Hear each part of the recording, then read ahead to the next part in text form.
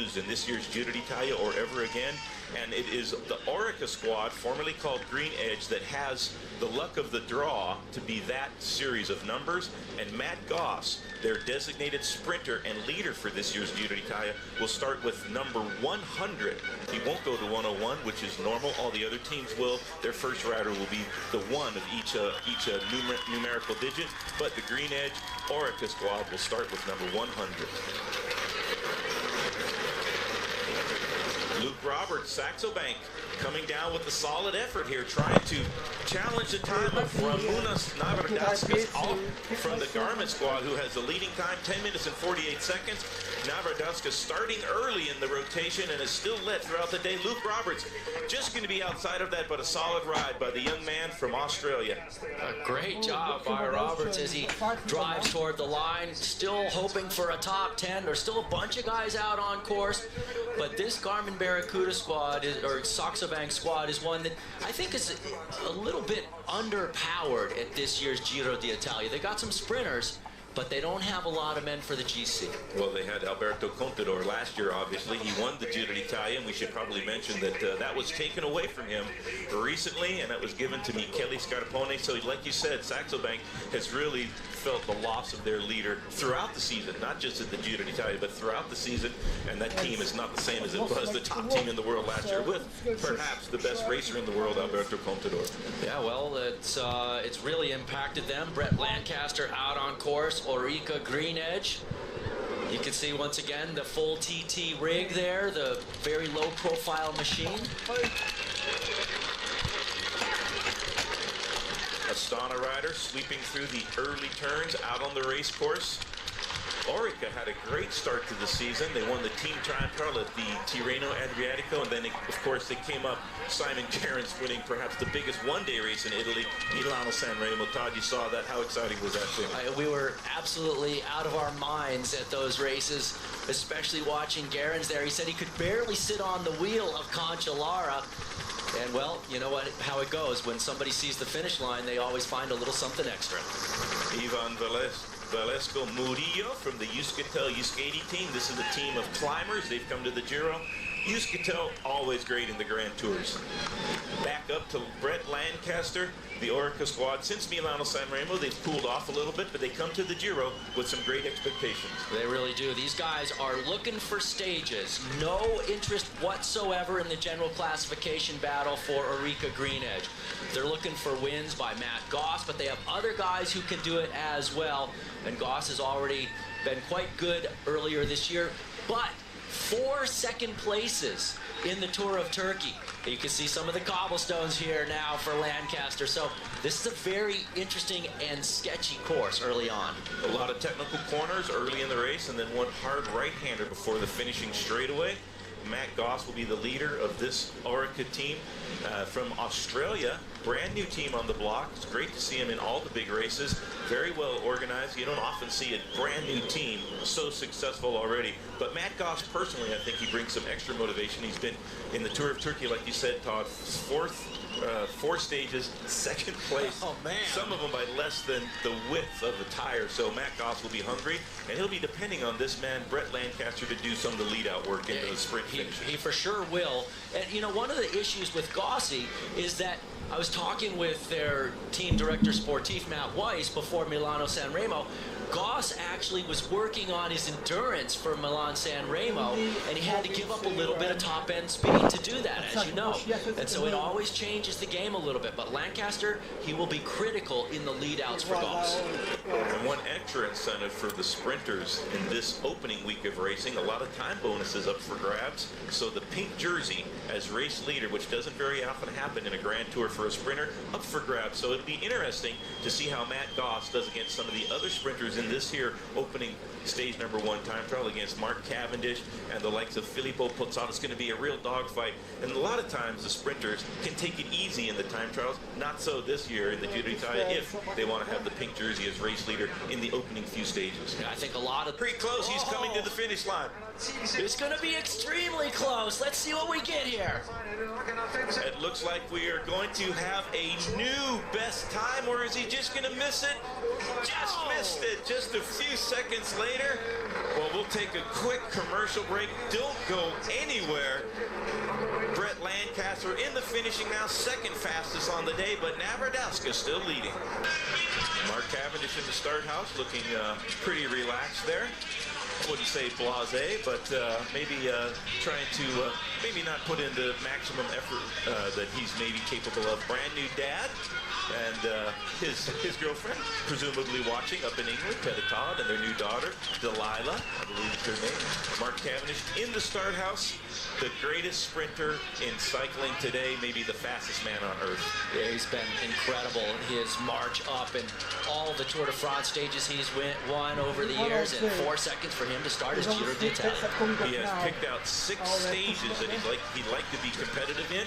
This is not one of them, but tomorrow and the next day, almost dead flat stages, and they perfectly suit Mark Cavendish's talents. The greatest sprinter of the current generation, already a winner of 20 stages of the Tour de France as a fairly young professional in his mid-20s. Incredible when you look at it. 4, then 6, then 5. Really an incredibly prolific winner. Secondo tempo per Brett Lancaster 10:49. Terzo tempo per Sergeant. Quick interview with one of the Italian riders in the finish from the Faranesi squad that will be led by Pippo Pozzato. Watch for the Italians to be very competitive once you get out to the open roads and be in the attacks, but Pozzato could win a stage, also a great sprinter and somewhat of a breakaway specialist. Mark Cavendish, he actually did a pretty good time trial recently. The Tour of Romandie, he was third on the stage, #1 opening time trial behind his teammate Geraint Thomas, who will start a little bit later. Geraint Thomas, one of the pre-race favorites for today's stage #1 time trial. Yeah, I think this day is going to be a little tougher for Cav because it's a little bit longer, and the longer they are, like Daniele Benatti here, the tougher it is for the sprinters to hold on and keep that top end. Daniele Benatti getting towards his finish. Ramunas Navardowskis from the Garmin squad already in the finish with the fastest time so far, 10:48. Here's Benatti coming down the final few 100 meters of the bike race. That's that last right-hand bend. He'll see the finish line and kick it into overdrive. Let's see what he can do on today's stage. Well, he's certainly not going to be the best rider of the day, but minimizing his time loss, so hopefully he can use those time bonuses in the days coming up to vault into pink and the overall lead. 5.5 miles is the distance, but Todd, let's just remind people this can be some of the most excruciatingly painful kilometers you can do on a bicycle. Yeah, I mean, when you get a good look at one of these guys' faces at the end as Benatti driving to the line, but now out of the top 15, look at the grimace on his face, and most of these guys will be caked with sweat and who knows what else at the finish line, and they will not wipe it off. They just put their head down and throttle it the whole way. Looking for some form also, Tor Hushovd, the sprinter from the BMC squad, everything. He's won nearly everything imaginable for a bike racer, including the World Championships. Tyler Farah, the American for Garmin Barracuda, living in Belgium for the last many years. And there's a man who's looking for stages and maybe pink early on in the race. Stage winner in the Tour de France in the sprint stage, last year's stage #3. Also the team time trial won by the Garmin Barracuda squad. He is going to have an emotional couple of days here. Laura Valance, his very best friend, training partner, killed in last year's Giro d'Italia in a crash. And Tyler Farah, he has said that stage #3, he's going to be a very hard man to beat in this year's Giro d'Italia. It is a sprint finish and suits his talents perfectly. And Tyler, you know, there's certainly no question he is going to be highly motivated. The real question for me is just his top end. He has not shown to be super fast and super explosive yet this year. We'll see if he's timed his form right for the Giro d'Italia. Well, we got Tuesday, and it didn't take long for the Europeans to look at our dinner tables and see the enjoyment we had. Tor Hushovd comes to the finish line only 42nd fastest. He is a sprinter. He'll look for stages to come, but a lot of the Europeans started to see the ambiance within our team, a lot of good morale, and always somebody had a good story to tell at the dinner table. A very different experience than what most of the European riders faced. Almost dead silence, unless they had won that day. Not a lot of joy in the European teams. In those days, I think it's probably a little bit different, but the American system has changed cycling quite a bit. and everybody that's on good form has a chance to win. We brought that into the sport in Europe, and now a lot of teams that are successful follow that same format. It may be a little bit nicer on the European teams now, but a lot of those guys still rule with a hammer, and you know it. Well, you don't want to be too exuberant at the Astana table, for example, or the Katusha teams. They're very stoic, and unless they've won, there's not a lot of smiles on those teams at the dinner table.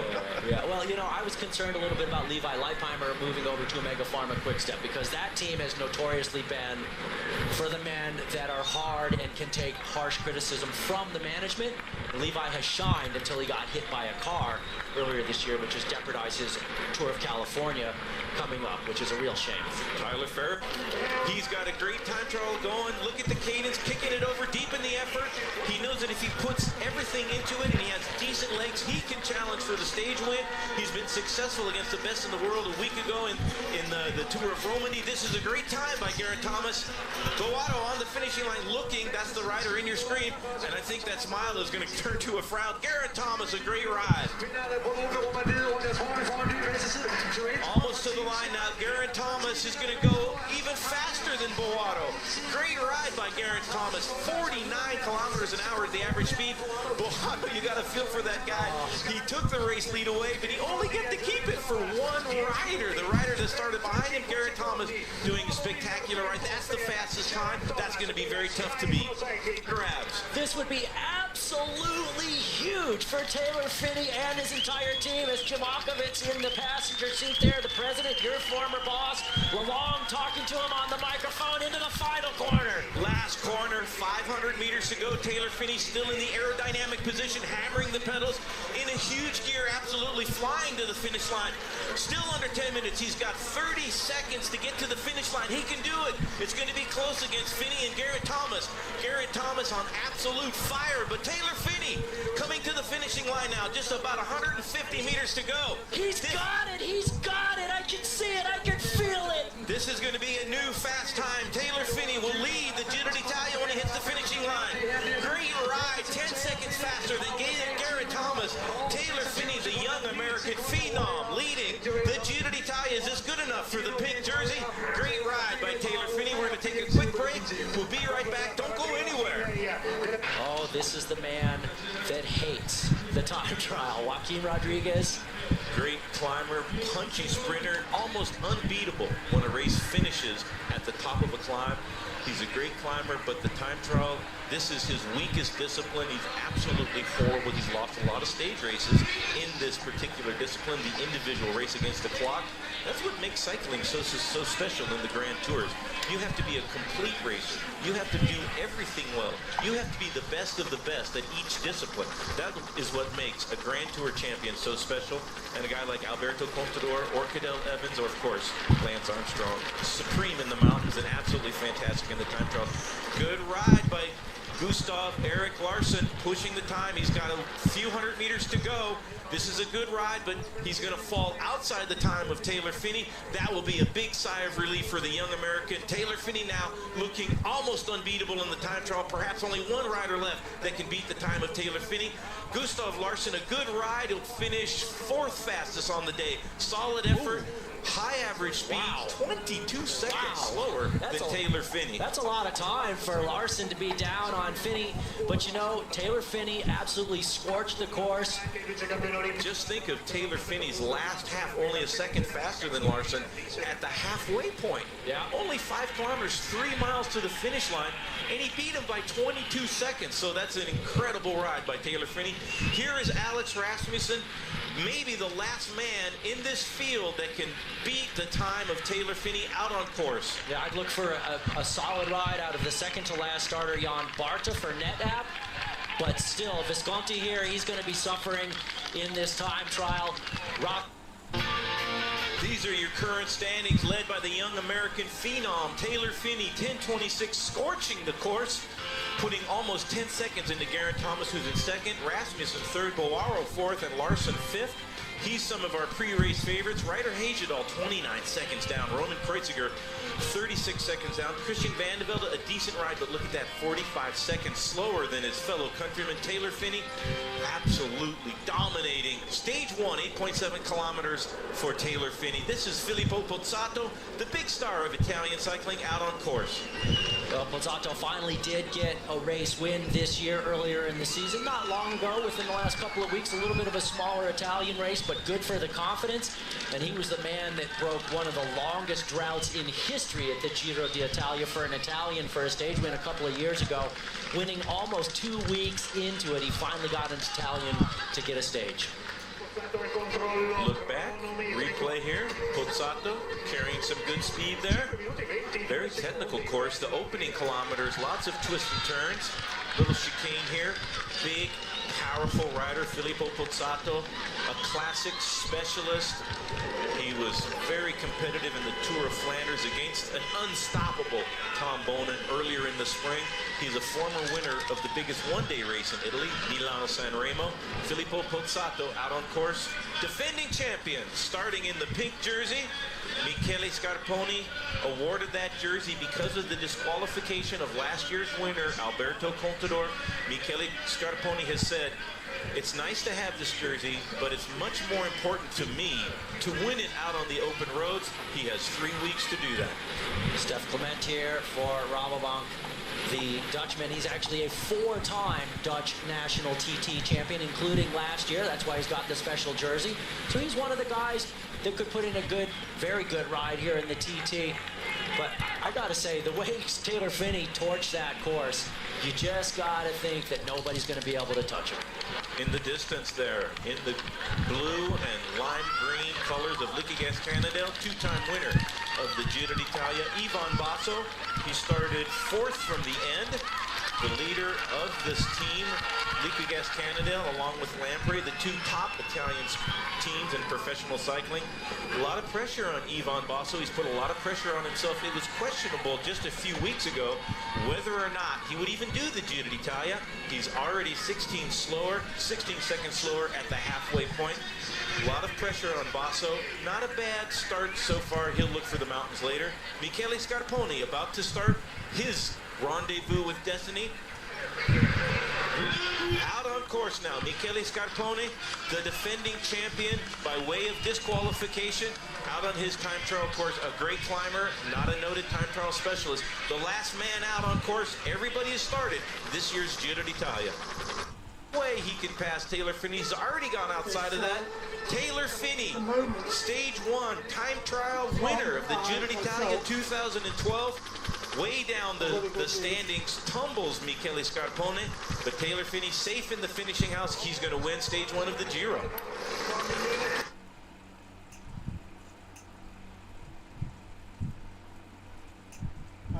And right now, just under 90K left to go on stage 2 with a 3-man breakaway, just over 5 minutes up the road. Hi everyone, I'm Steve Schlanger, alongside Todd Gogolski. Glad to have you with us for our live coverage of the season's first Grand Tour, the 95th edition of the Giro d'Italia. And the pink jersey, right near the front of the field, that is American Taylor Phinney. At just 21 years of age, the youngest American to ever hold the Maglia Rosa, the pink jersey of overall leader at this race. Fantastic ride by Taylor Phinney yesterday. Only the 3rd American ever to wear pink after Andy Hampsten won the race overall back in 1988, and Christian Vandevelde 20 years later spent a day in pink. But Taylor should be in pink for several days here. Our 3-man breakaway, Alfredo Belloni, Olivier Kaizen, and Miguel Rubiano. No long-term threats to the general classification. As we noted, still a healthy margin right now, but it's just about been cut in half. But you can see the windmills there turning, so there's still an opportunity for that wind to create some damage. There are our 3 leaders as we are now underway with our live coverage of Stage 2 at the Giro d'Italia, and we'll continue with more right after this here. First day of racing, that's the literal top 5. He's got a 9-second lead on Geraint Thomas, and the bottom of the page there features some of the top GC riders as the race unfolds. Ryder Hagedal, the best placed among them at 29 seconds back for Garmin Barracuda. And now we turn our attention to Stage 2 a counterclockwise stage, taking in various features in Denmark. They've already gone over a 60-kilometer stretch along the North Sea. They've turned back inland, but very flat roads throughout today's 206K. A little bit of wind for the guys. They made it along the coast just fine, but there is a little bit of still an option for some cross tailwind as they head inland to the finish, and so still some opportunity to break things up. 206 kilometers, 128 miles. The final kilometer is the same as the final kilometer of the finish yesterday. I don't see this as being a big obstacle to Taylor Phinney to hold the pink jersey today with BMC. And once again, we are live with the field. Mark Cavendish in the rainbow jersey behind a couple of teammates. You can see him there alongside the Lamprey rider, one of the outright favorites for a victory today in what should be a field sprint. Mechanical issue off the back of the field here. Seen a few mechanicals already today. And we're down to just about 81 kilometers of racing left to go. Andreas Dietziger, the NetApp rider there from Sweden.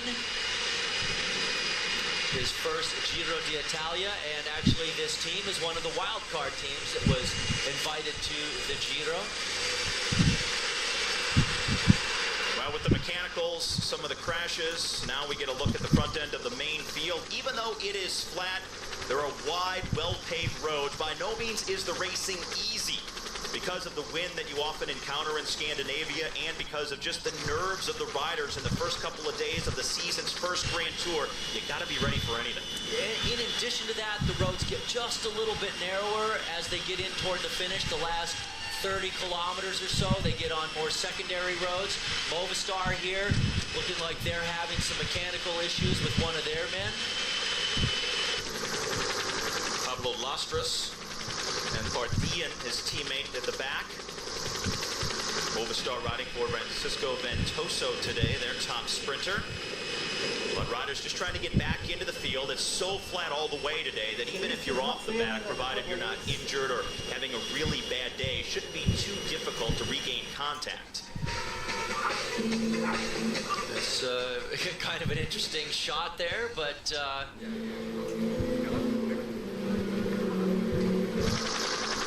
scraped up knee, it looked like. Looking down on the yellow jerseys of the Farnese Vini team. And Steve, one thing to note, it is pretty chilly out there today. Only in the 40s, which is quite cold. A lot of guys before the time trial yesterday were saying, Burr, we can tell we're far north. It is really cold for the Giro. It's a very different type of racing, not only the weather, but the types of roads, just the mentality that you have racing in Northern Europe versus once they go down south into Italy for the remainder of the race, beginning with stage 4 after the rest day on Tuesday. They'll pick up with a team time trial on Wednesday, their first day in Italy this year. You can see Sky all over the front there. This is Farnese Vini in the brightest jerseys of the peloton. One of the NetApp riders there, taking a natural, getting pushed by his teammate. Farnese, an all-Italian team. All 9 riders are Italians. Only have 2 leaders, Oscar Gatto and Filippo Pozzato. Their top sprinter for today would likely be Andrea Guardini. And again, today is earmarked for the sprinters. If you had to lay out a script for a textbook sprinter stage, stage 2 of this year's Giro would be it. And this is, well, here's our profile. There they are. Some small bumps, but nothing too big for the guys to deal with today in terms of topography. Just one Category 4 climb that they've already gone over. The first of almost 40 climbs they will encounter throughout the 3 weeks of racing, however.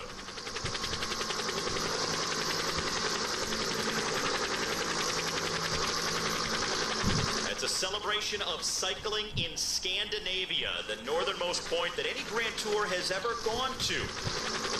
Up in Herning, Denmark, and in this area for the first 3 days of this year's Giro d'Italia, the 10th start abroad for Italy's Grand Tour. And we'll continue with our live action right after this here on The pink and blue, the team of Lampre. They're here for just the GC this year with Michele Scarpone. Somewhat of a controversial decision. They've left their top sprinter, Alessandro Patacchi, at home. A winner of 25 Giro stages in sprints throughout his career. But while they've come in recent years with split ambitions, the GC for Scarpone, the sprints for Patacchi, this year they are all in for Scarpone on the general classification. And they have the little prince, Damiano Cunego, as the bit of a spoiler. He'll be looking to maybe go for some of the stages, or who knows, maybe just take Scarpone's back if he falters and try and pick up the torch. Scarpone has not looked great earlier this year. And actually, Cunego, his teammate, has looked better coming into the race, but Cunego is not calling this his priority, and Scarpone certainly is. A lot of guys have been a bit off form. Ivan Basso for Liquigas is one as well, who is still trying to ride into the proper form in his home Grand Tour. So that's what makes it such an open general classification this year. No outright favorite the way we had last year with Contador. And back here, lots of chaos in the field. Whoa, a rider goes down. That's a Lotto Bellasol, man. The second rider we've seen hit the deck so far today on a left-hand turn. Just the typical road furniture? Yeah, road furniture, a little bit of wind, just a lot of chaos. And we got to remember, it's the first open road stage, but you can see cross tailwind out of the left, guys pushed over to the right. Still not getting a good look at this man to see who it is. That's Gianni Meersman. Oh, Meersman's been riding great. Pretty good sprinter for them, and a guy who they're counting on to maybe get a stage win at this year's race. Yeah, I don't know that a pure fast man day like today, that he would have been a factor on the podium, but some of the days where it's a little bit more sort of difficult into the sprint and maybe some of the fastest guys eliminated, he could have been really a factor. Hopefully he's not too injured. Look how narrow it gets here on another right-hand turn. And this is roads, we were talking about how they get a little bit smaller in the last 40K of the race or so. We're still at 70K to go, and things are a little hectic. Seems fairly innocuous, but you have to always be on guard. Second day of the season's first Grand Tour, a three-man breakaway, still holding on to a lead of 3.5 minutes. Now under 70K left to go. Nicholas, who really wants to shine on home roads at the Olympics, is Mark Cavendish. His team, the Sky Boys in the blue and white, riding at the front. Every intention of putting Mark Cavendish in position to get a stage win at the end of this second day of racing.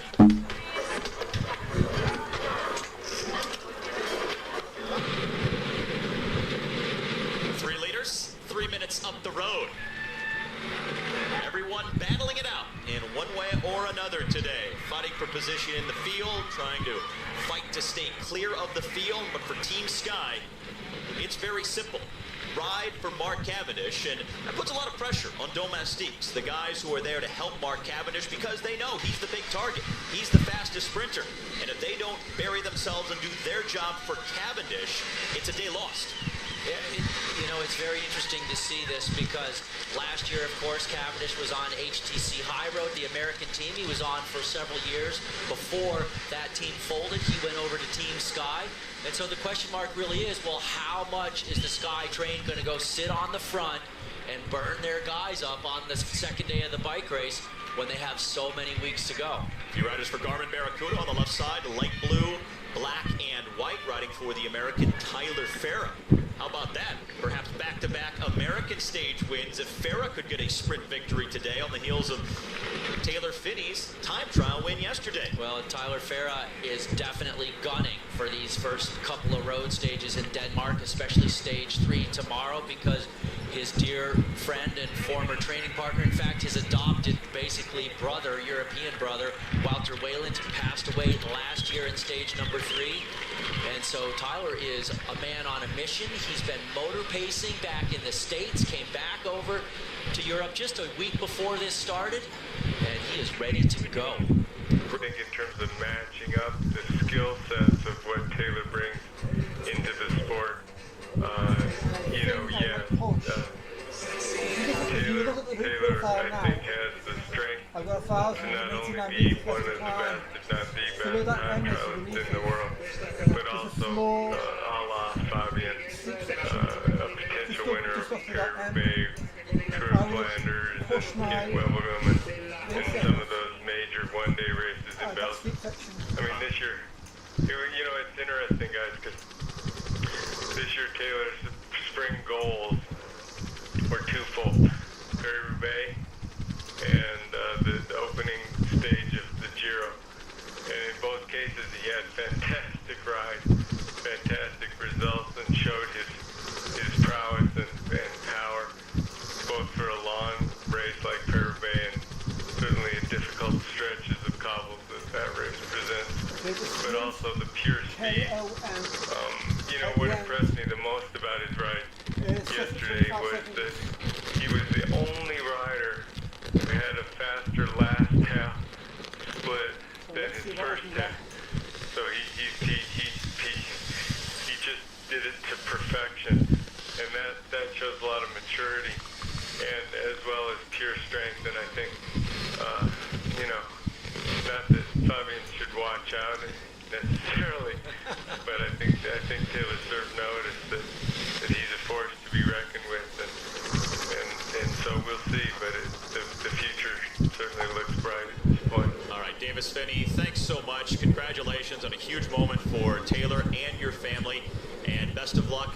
And thanks for joining us from Boulder. Thank you guys so much. All right, meantime, after the crash, the chase is on for the breakaway. The gap down under 20 seconds. Well, you know, I got to say that Davis is he's a politically correct man, but I think Cancellara does need to be on notice, because Taylor Finney is the type of rider. He's 21 years old, for crying out loud. I mean, everybody is going to be looking at him. Yeah, he gets a lot more pressure heaped on his shoulders, but just like Davis said, he will now use this as sort of, this is now his benchmark, and from now on he wants to raise that benchmark. Davis Finney, the first American to win a road stage at the Tour de France back in 1986. Now his son winning stage 1 of the Giro d'Italia this year in 2012. And Jim Akowitz, one of the team managers for BMC, Taylor Finney's squad, was in the car back in 1988 when Andy Hampstead won the Giro for the 7-Eleven squad. So you see the way the generations come together, the thread of the families in this sport. It's really quite rich. Jim, when I spoke with him last night, it was several hours after the stage finished. They finally stopped celebrating, and the guys had headed off to bed. And he was really elated and really proud of Taylor and the entire team. Really, all the mechanism behind the riders that support them to get them in that place. But Taylor in particular, he said the guy was just phenomenal, and he couldn't be a happier. Well, he's president of the team and part owner. All right, some riders who were in that crash catching back onto the tail end of the peloton here with just over 40K left to go now. And the three-man breakaway, the signature move on the day for stage number 2, just barely hanging on at this point. Still Team Sky on the front. Mark Cavendish, their sprinter. Things get fairly hectic out there as we get closer and closer to the finish. Oh, and they are barely dangling off the front, and you can see them all across the road. They've pretty much thrown in the towel here. Alfredo Belloni, Olivier Kaiser, Miguel Rubiano established this move inside of the first 15 kilometers on this 206-kilometer stage. Their largest lead was over 11 minutes, and now with 40 kilometers left to go, they are about to be swallowed up. Well, here we go. This is when the racing really starts in earnest in this first open road stage. Will we have the big duel with 40K, about 25 miles to go? Will it be Farah and Cavendish? Still a long way to go, and the breakaway has now been caught. The riders off in the grass, as everyone is now back together. Team Sky, Liquigas, and BMC, the three most prominent teams now at the front of the race here on stage number 2. Excuse me, that is not Cavendish. Wow, the Garmin jersey there looking very much like the World Championship stripes. Number 93 for Garmin there, Jack Bauer, just behind one of the new Garmin Barracuda signings. Now to the back end of the field with the lead at half a minute here for Lars Bach, headed out to over 45 seconds at one point. Their gap starting to come down for the Dane off the front.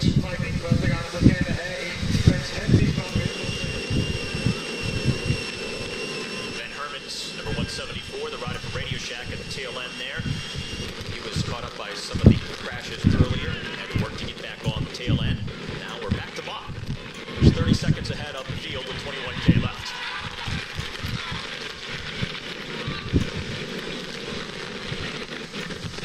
Bach riding the electronic shifting there. It's actually quite a sweet system. DI2. Just touch the button and it does the work for you.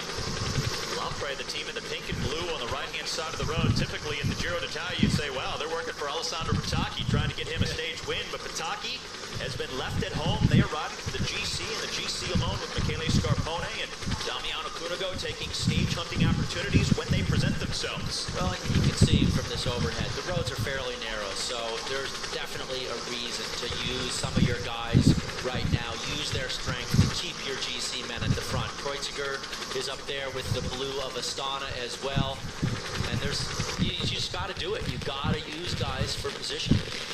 Remember last year on stage 2 at the Giro, it was Petacchi for Lampre just beating out Mark Cavendish for the stage win in a controversial sprint.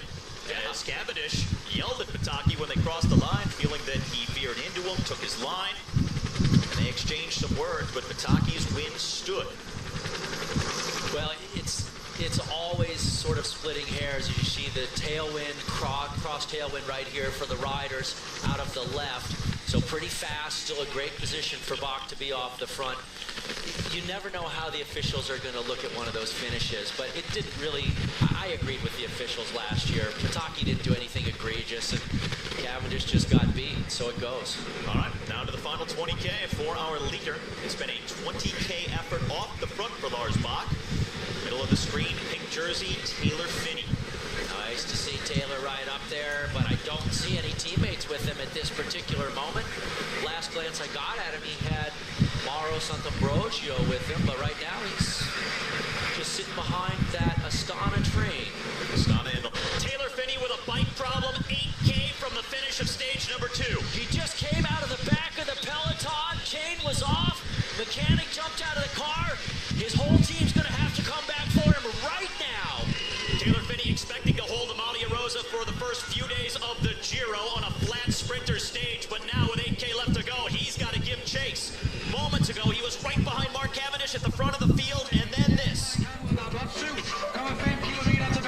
I don't know what, there he is jumping back on his bike. I don't know what happened. We didn't catch it on camera, but his chain's definitely off. He was in a great position, had his teammate Danilo Weiss right next to his side. He was behind Mark Cavendish and the Team Sky Riders, the very front of the peloton. Positioning was perfect, and now Taylor Finney forced into a desperate chase to hold on to the pink jersey with 7K left to go. Well, he's got a huge motor, we know that. His team director, John Lalonde, in the car right there. Lalonde will be on the radio telling everybody, get back here, we need to drill it and get Finney back into the peloton. And what is going through his mind right now? Oh, just stay calm, Taylor. Stay calm. He's got the motor. He can get back into this peloton. He's 38 seconds behind the field now. They're inside of 7K left to go. Marcinski for Vacansoleil on the front there. A bunch of Skymen behind. Finney on the right. Front of the race on the left. Romain Felu is the top sprinter for Vacansoleil. He was caught up in a crash earlier. Got back on. He's within the field now. But Team Sky with several riders right behind Marcinski at the front. There's one of Taylor's teammates. Great to see that. And you saw Taylor just flying through that corner. And there are maybe 2 of his teammates. It's looking good for Taylor to get back in. He's 29 seconds out of it. That's just one man. And that's Weiss once again. That's the man, the Swiss man, who was pacing him in the peloton. How often do we say it? Even on a flat stage at the beginning of a Grand Tour, you have to always be on guard. Case in point in the final 10K here. Now 6K left to go. 25 seconds back for Taylor Finney as he tries to race back into the confines of the peloton. The key is not to panic here for Taylor. Weiss will bury himself for Taylor to get him back up there. Now it's down to 24 seconds. Things are looking very good for Taylor. He's getting back in the mix. Meanwhile, Team Sky still littering the front here. Omega Pharma Quick Step, the next team behind them. Mark Cavendish on the left-hand side of the road in the rainbow jersey.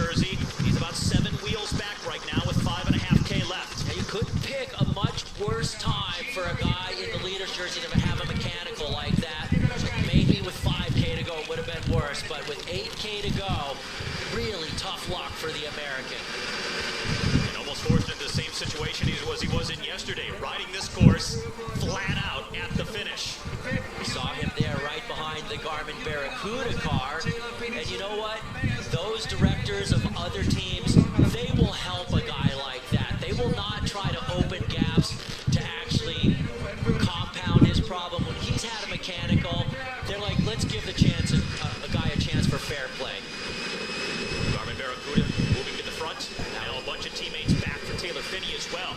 He's got 3 alongside, helping pace him back up into the field here. We're under 5K left. Balon up there with him as well, and boom, up the right side. Nice to see it. They got the horsepower. Another man jumping on. Weiss will stay on the back. He is cooked after pacing Taylor up.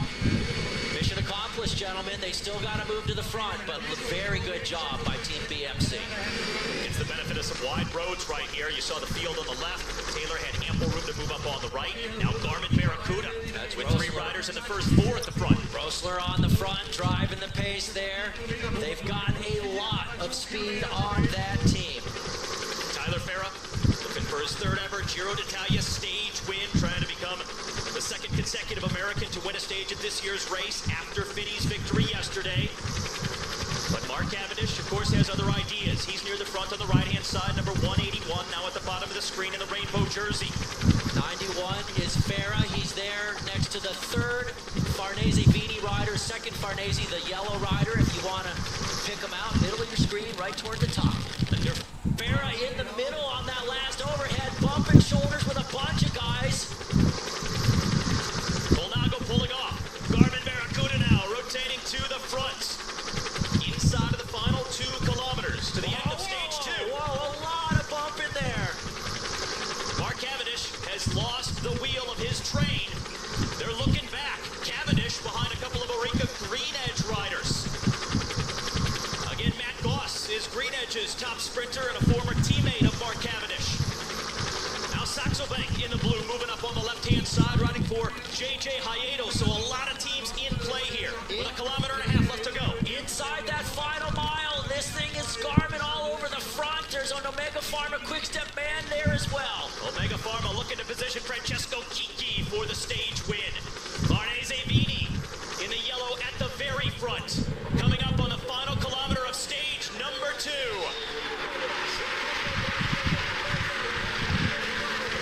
The first open road stage of the 95th Giro d'Italia, and now they are on the gas here. Green Edge in force coming to the front, riding for Matt Goss. Now, Garmin Barracuda trying to launch Tyler Farah. He's right behind Mark Cavendish.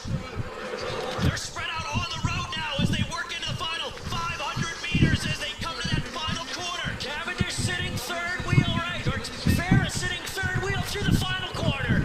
Tyler Farah 3rd back now. Oh, and a crash in the final turn, but Farah's in front of it. Several bodies going down. Farah and Cavendish both made it through. Cavendish on the wheel of Garrett Thomas. He's shoulder to shoulder with Tyler Farah as they open it up in the final few hundred meters now.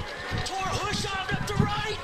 Tor Hushovd making a play for the stage win for Francis Niger. Arno Denmark coming up in the middle of the road. Matt Goss on the left-hand side. Mark Cavendish coming to the front. It's gonna be Mark Cavendish after the chaos, winning stage 2 in Denmark.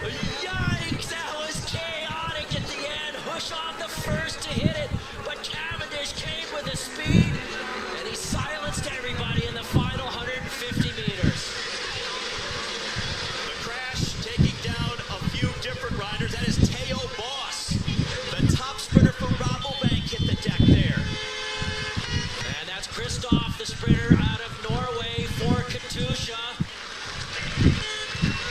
Everybody lost their lead-out train. It was a freelance all the way to the finish. And Tyler Farah still had one man there at the end. Looked like he was in good position.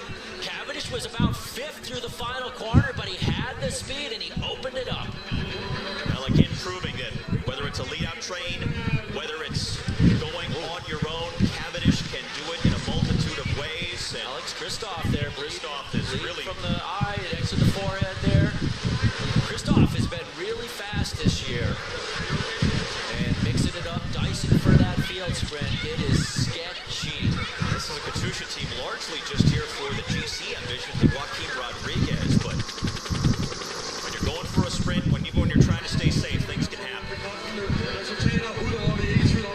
Taylor Finney made it across safely. He regained contact with the field after having the mechanical issue 8 kilometers from the finish. His teammates paced him back up. Here's that final corner. Guys bumping in. It was the Rabobank man bumping shoulders and then losing control and causing the crash. Well, Boss had gone down, and then you see one of the other Rabobank riders pointing to a teammate saying, you go for the sprint, because he knew that Boss was out of it. Look at Cavendish here, third wheel. He's sitting on Farah's wheel. Pushoff goes up the left for BMC. Now it's Cavendish and Farah right up the middle. But look at that, Cavendish opening it up, and he has the speed. Farah just did not have the speed there. And Goss trying to hold him off, but he cannot. And Goss fading to second there by the line for Ulrika Greenedge. Cavendish trying to throw the arms up, a little bit of a wind, having to grab the bars as the bike almost blown out from under him. A year after finishing second on stage 2 at the Giro in the controversial finish with Alessandro Patacchi, no controversy today. A convincing win in the sprint for Mark Cavendish, his 8th individual Giro stage win of his career. So his first win as a father. After his girlfriend gave birth a month ago, Mark Cavendish, the winner on stage 2 of the Giro d'Italia.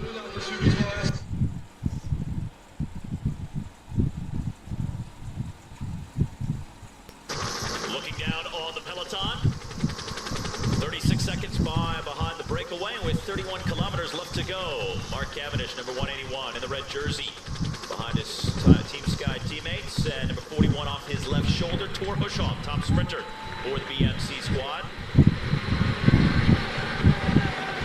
Big jersey in the background, along the shoulder of the road, Taylor Finney, Hushovd's teammate for BMC, overall race leader.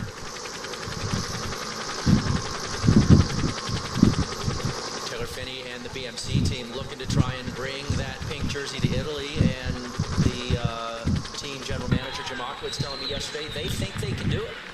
This is Mats Christensen, who was in the 6-man breakaway, but he has launched this acceleration. He's on the attack solo here. The king of the mountains at País Vasco Tour of the Basque Country, now in one of the flattest races in a Grand Tour, off the front by himself. He's a Dane, riding in the final day in Denmark, before the tour moves back down to Italy. Rode through his hometown, 76K into today's stage, and still on the home Danish roads. He is inside of 1 kilometer back to the finish line and the start of circuit number 2 around Horsens. He'll be able to soak in the Danish crowd.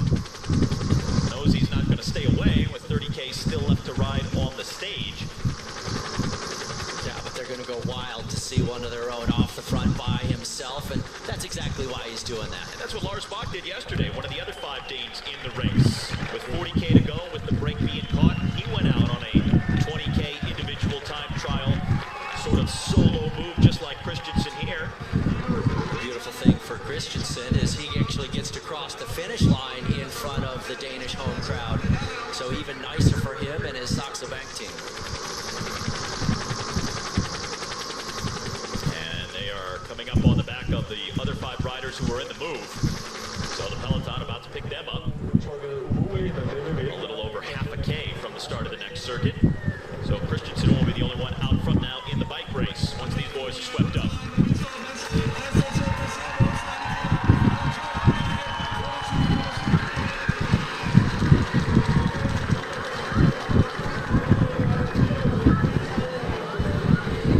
Long, flat, and wide. Perfect for a sprint at the end of the stage, but right now it's just the end of circuit number 1. 5 of the 6-man breakaway on the stage, gobbled up on the field, and the Dane Mats Christensen still out there by himself. He's already crossed the finish line here as they start the second of the 3 14.3K circuits around Horsens. Christensen picking up another second here from the last time check, and now just coming back down to the 34 seconds. But you're absolutely right, Steve. It is still a dangerous thing at the end of these bike races. Lots happening on these circuits. We've seen all these different traffic islands, signs, things, as well as the corners, plus the intensity of the racing heating up.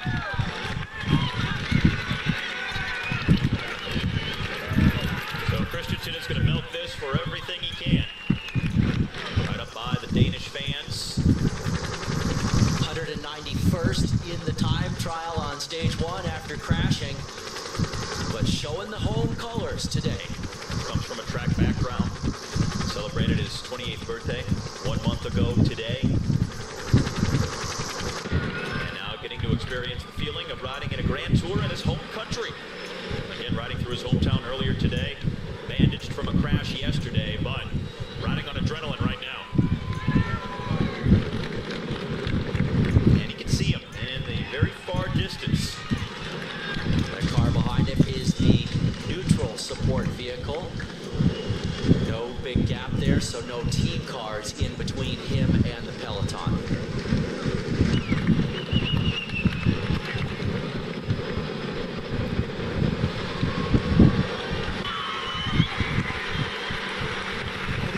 Cannondale in the bright green near the front yesterday, also near the front of the field today. Fabio Sabatini is their sprinter, but really this is more about a play for the GC and keeping Ivan Basso out of danger. And yesterday we really didn't get a great look at a true field sprint because of the crash that happened, so a lot of guys that would have been dicing it for the field sprint eliminated in that crash. Right. Christensen there, the neutral car went out of the gap a while ago, sped ahead of him, so that it's now just him looking back and seeing that peloton right there breathing down his back wheel.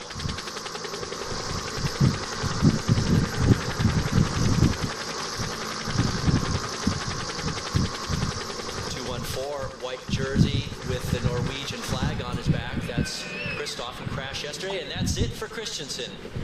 So, the breakaway has completely been brought back. This is the front of the race with just under 25 kilometers left to go on the second of 3 circuits around the town of Horsens in Denmark on stage 3. Now, Liqui Gas Cannondale.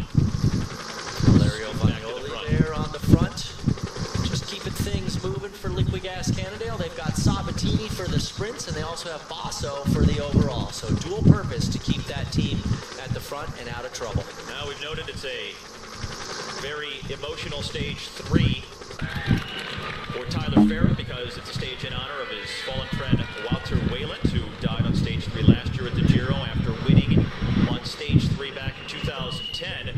Stage 3 is also very interesting because, as you see, Taylor Finney behind the Liqui Gas Cannondale riders, and Ivan Basso in particular, just 5th wheel, Finney in the pink jersey. Stage 3 also been a curse for American Christian Vandevelde 2 years in a row in 2009 and 10, crashing out of the Giro on stage 3, skipped it last year before coming back this year. So at the risk of setting in motion a series of events that could lead to a jinx, I mention that just to acknowledge that we're down to the final 10 kilometers, and so far so good for Christian Vandevelde. Fingers crossed for Christian making it through this one okay, and I've got a good feeling. They've seen the circuit 3 times already, so. Light blue and white, that's Colnago. Sasha Badolo is their top sprinter. Domenico Pozzovivo is their top GC rider. FDJ, the team in white behind. Last stage opportunity on stage number 2 is Jeffrey Soup, a lead-out man for their sprinter Arnaud Demar, who finished in 3rd place, admitted that he lost his top sprinter. He was trying to lead him out, couldn't find him. Yeah, he was almost apologizing, saying, look, really, I wasn't going for it on my own. I just realized I had nobody on my wheel, so I had to go for it. 10K now, left to go.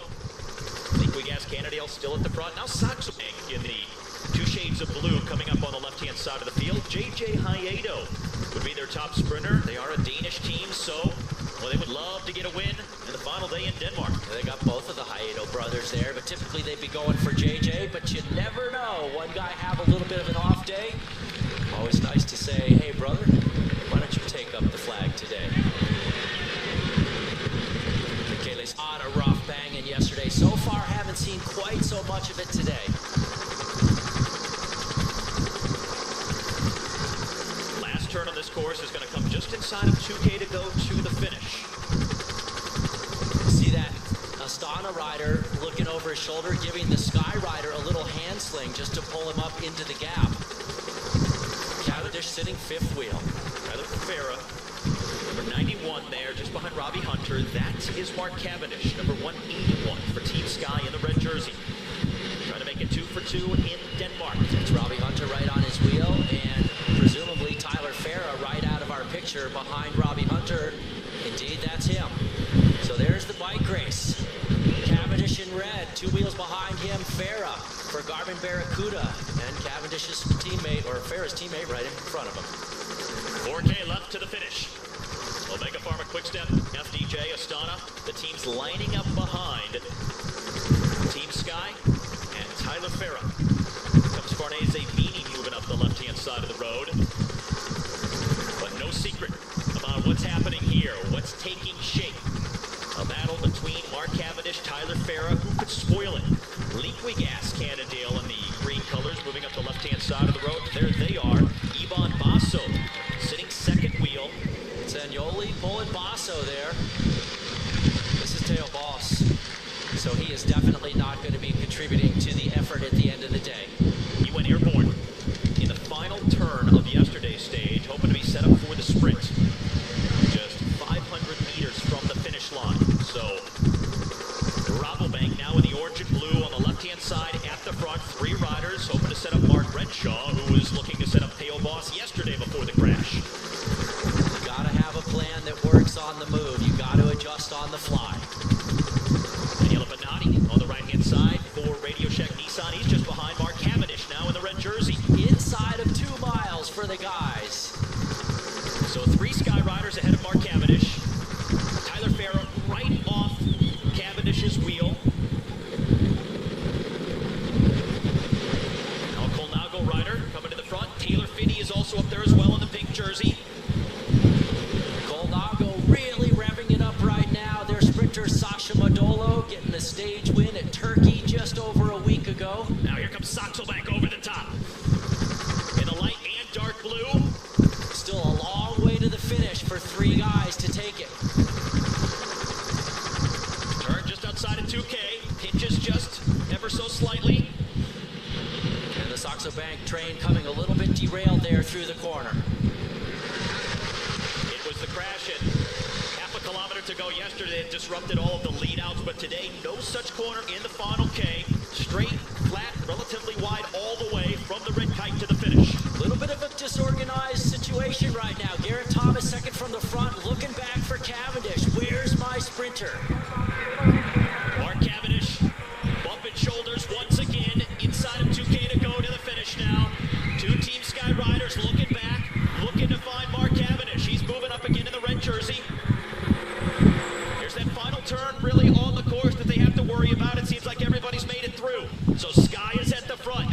Omega Pharma Quickstep, Saxo Bank right behind. The fight for position very intense. Hey, now on the front, then Thomas, then still looking back for Cavendish. Number 181, red jersey right behind Mark Renshaw, his former lead-out man.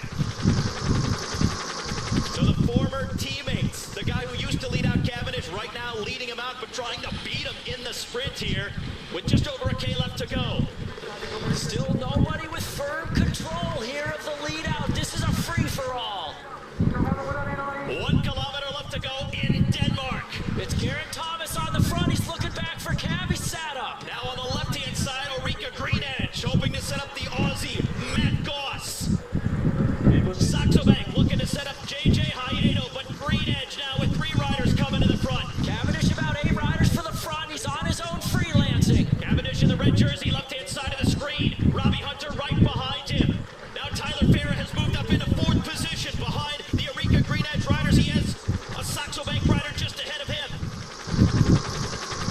Mark Cavendish really far back now, almost 10 places deep as they get ready to launch the sprint inside the final few hundred meters to the line. There goes Tyler Farah on his right shoulder. Here comes Mark Cavendish. Matt Goss up the middle for Ulrika Greenedge. And there's a crash. I think it was Cavendish down.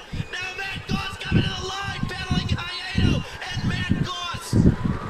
Where is the pink jersey of Taylor Finney? The pink jersey will still get packed time because they're inside the final 3K. I think it was Cavendish that was the first guy down.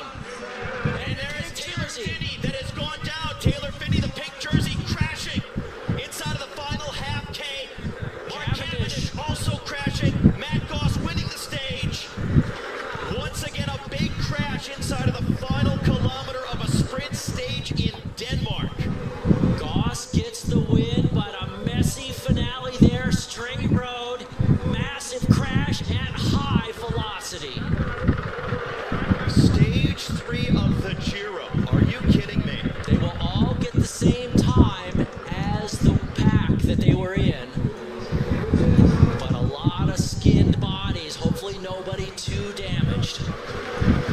We talked about the corner yesterday, and Taylor Finney still on the ground, the last to get up here. Of the guys who went down, we saw Mark Cavendish back on his feet, even though his kid is entirely ripped up. He's carrying his bike. Walking across the line. He still got across the finish line. We'll have to see how Taylor Finney is at this point. Yesterday, Taylor saying after his crash that he tumbles well. I hope that's the case today. So his teammates have come back for him, standing around Taylor Finney. So everybody getting the same time, he'll hold the jersey. But how about his health now? That's the big question. Just again, once more, underscores how difficult it can be. Yesterday they had a corner at 500 meters. Today it was straight, flat, a perfect type of field sprint stage. And still we get a crash that takes down the overall leader and the world's fastest sprinter. Amazing. Taylor, a tough character. To see him wincing in that much pain, that's not a good sign. Seeing the pink jersey. So there's Cavendish at the bottom of the screen in the red jersey. You can see him there moving a little bit to the right. He's not really in a great position. Keep your eye on Cavendish. That's the first man I saw. And he's right there rubbing elbows with Hunter. Moving up the right. Red jersey there. Mark Cavendish on the outside. Still nothing crazy going on. No sign of Finney yet. Still looking for the pink jersey. It's Orica Greenedge on the front. Cavendish, no teammates around him. Now here comes a sprint up the right. Cavendish jumps. There's Cavendish on the red. Cavendish in red on the right, looking fine. Looking like there's no problem. It's right there. Boom. It was Ferrari who took him out. And then Ferrari Finney and then goes down. Finney. So it was Roberto Ferrari who tried to jump around the right side of Farah, and he wasted Mark Cavendish's front wheel. And then Finney came from behind. Cav was the first rider to go first down. man down. Right there, that's Ferrari who comes across, takes him out. That was a bad move by Ferrari to make a big sideways move like that, and then he throws up his hand in classic Italian form. That wasn't my fault. What are these guys doing? Come on. So Finney caught up in the remnants of that after Cavendish had gone down. Finney, you saw his head a moment ago lying against the barricades. Tyler Farah was in a really good position. He was ahead of Cavendish, but Matt Goss had the lead out, and after finishing second yesterday to Mark Cavendish, comes back a day later, gets the sprint win in stage number 3 that again produces drama for some of the big names at the Giro. Yeah, there's Ferrari. Look at that move. No way. Not cool. Look at him from the left to the right. Ferrari should have gone up the left side. I don't know what he was thinking there. Wasted Cavendish, wasted Finney there.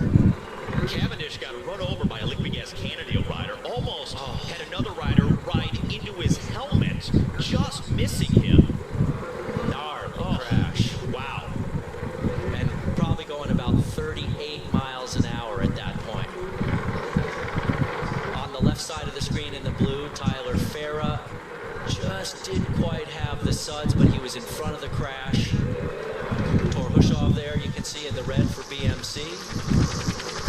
We still haven't heard anything definitive about Taylor Finney. So another chaotic ending to a Giro stage. We see the ambulance. Not sure if Taylor Finney is in it. We did not see him get loaded in, but we'll try and sort everything out. We'll come back with post-race report in just a moment. Still sitting on top, that 9-second lead on Geraint Thomas. That is the actual top 5, and then below that, some of the other big names, including Mark Cavendish, who hit the deck first.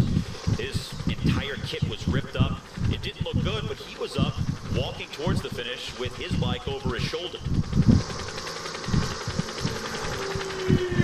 And now the podium presentation for the 21-year-old American.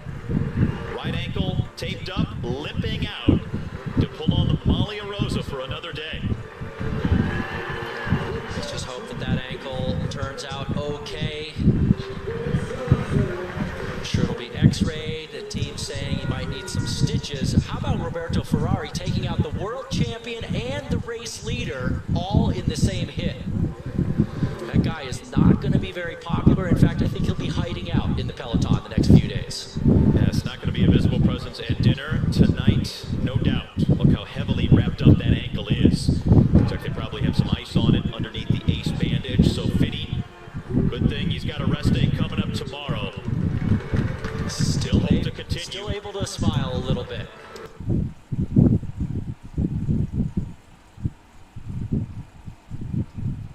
It is the fourth day of racing, but the first in Italy at the 95th edition of the Giro d'Italia.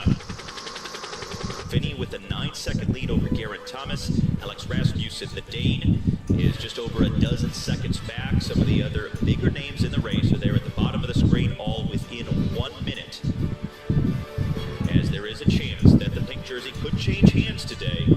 Taylor Finney and BMC will have to ride to protect. This is the map and what things look like for this team time trial of 33.2 kilometers in length.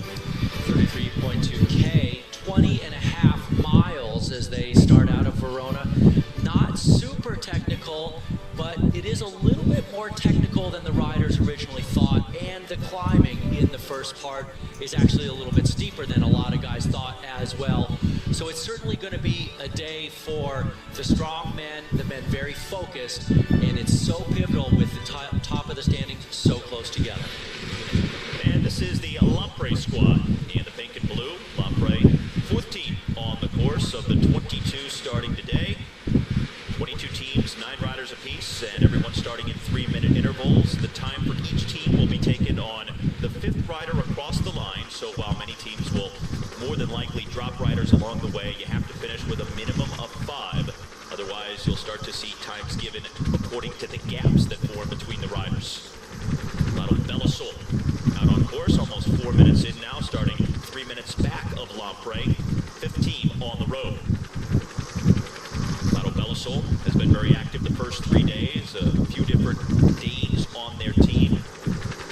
Lars Bach, one of them, on the attack in each of the last 2 stages up in Denmark on the home road. So Lotto Bellasol getting some face time early on at the Giro. And now the team of Michele Scarponi, the now defending Giro champion, as he was given the jersey a few days ago with Alberto Contador having his result expunged. And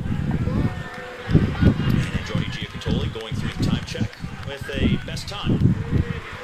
Best time by 15 seconds, but it's really, as this day goes on and we see the faster teams coming out, we expect that Androni Giacottoli will be losing a pretty decent chunk of time. And I actually think today's going to be a really tough day on the Lampre squad as well, with the defending champion Michele Scarponi, as well as former winner back in 2004, Damiano Cunego. The team never really seems to put a lot of effort into the team time trial preparation and practice, and it's really probably the second most difficult thing to do in cycling. A lot of times you see the team time trial as the opening stage of a grand tour, but it's certainly not unprecedented to have it somewhere in the middle of the race. Going back to 2010 at the Giro, it was a time trial of just about the same length, 32 kilometers. It was also on stage 4 after the Giro had returned from its start in the Netherlands. As we now pick up the blue and white team of Colnago on the road. They are the 6th team out. Yeah, they're one of those teams that has a spoiler type of sprinter, Sasha Modolo, and he was one of the roughly dozen guys that was crashed the final day in Denmark. And the white team of Frances Desjeux. 7th team to start. Jeffrey Souk got a surprising top 3 in the sprint on stage 2, but only because he lost his lead-out man, Arnaud Demar, in the process of trying to launch the sprint. Demar, the youngest man in the entire Giro d'Italia this year, but the top sprinter for this FDJ team.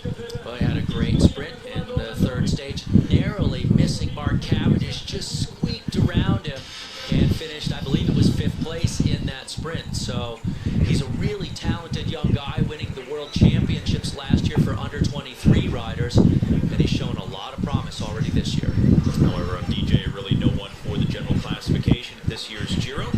So don't expect them to put in a fabulous TTT effort here today. And for some of these teams without big conditions overall, this team time trial, kind of like another de facto rest day. It's not like they're going to take the day off, but yesterday's rest day was about getting over the travel, coming down from Denmark, getting situated in Italy, previewing the course, and today, for some, just going out, riding a tempo, and settling in for the next 18 days in Italy as they ride along the Adige River in Verona. Team time trial, if you're going for it, and we're back here to Lampre. Interestingly, I wanted to mention, I spoke with Andrea Appiani of the team, and I said, you know, how much time have they spent preparing for this? And his whole response was about the equipment they were going to be using, not that they had spent a lot of time preparing for the team time trial. Has been riding phenomenally well, but it'll take an entire team effort to make it happen today. There's Omega Pharma Quick-Step, a team that was third in the team time trial last year at the Giro d'Italia. And Omega, a team that's had just a spectacular start to the 2012 season, the winningest team in the Pro Tour peloton. Almost 30 wins collectively now across the globe. Zdeněk Štibar, the former cyclocross two-time world champion, actually winning a stage of 4 days in Dunkirk a couple of days ago for them. This is Astana at the first intermediate checkpoint, 9K in, and just 4 seconds back for the squad that is riding for Roman Kreuziger. And Astana so far this year have been pretty good in the team time trials. They were second at the recent Giro del Trentino and the TTT, and fifth in the Tirreno Adriatico team time trial. Trentino won by BMC, almost the exact same team they have at this race. Colnago coming up towards the finish. Lampre has set the standard at 37:38. Colnago outside of that. You look at these guys, they're all tiny. They're all much more suited for climbing, and the time trial discipline, you need some horsepower, so they're at a disadvantage straight away as they rolled off the line. They have the minimum of 5. Team of Sasha Modolo, their top sprinter, and their GC hopeful Domenico Pozzovivo, who won the Giro del Trentino outright on the overall GC leading into the Giro d'Italia. So certainly some confidence for this team coming into the season's first Grand Tour. And Colnago will stop the clock at 38:16, third place and 38 seconds down. Not bad, only 7 seconds behind Lotto Bellasol, but it's still going to take a lot more than that as the fastest team's yet to hit the road. Yeah, fastest team still to come, but how good was that time by Lampre, would you say? Not for anywhere close to a podium on the stage, but maybe if they're lucky, a top 5. Team of Joaquin Rodriguez. This is Katusha. Step 111. Now back at the start for Radio Shack, the team that was second in the team time trial last year at the Giro. Everyone riding for Frank Schleck. But how much is he riding for the GC? That's the big question. Got the last second call a week before the Giro was to start, taking the place of Jakob Fuglsang, who went out late with an injury. He was supposed to be the team leader, so Frank Schleck had to replace him at the 11th hour. And now Liquigas Cannondale. They're always pretty good in the team time trial. So is Astana.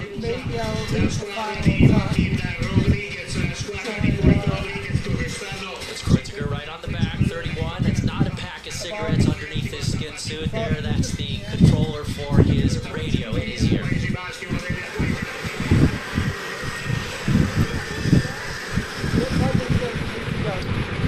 So Katusha down to the final 6 kilometers on this 33.2 kilometer team time trial stage.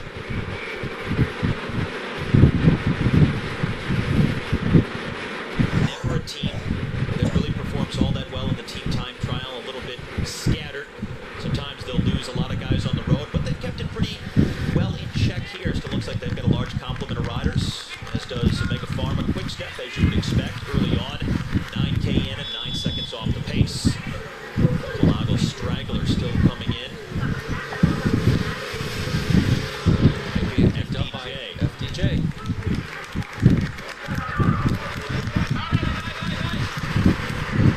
So all those guys that finish off the back from their team, they lose whatever time they lose. Process